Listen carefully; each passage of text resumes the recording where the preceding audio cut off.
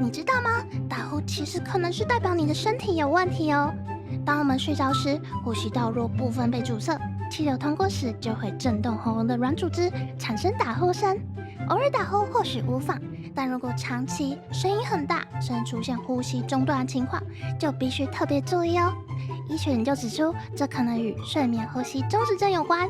患者在睡眠中会多次停止呼吸，导致体内缺氧、血压升高，长期下来甚至可能引发心脏病、中风或糖尿病等严重问题。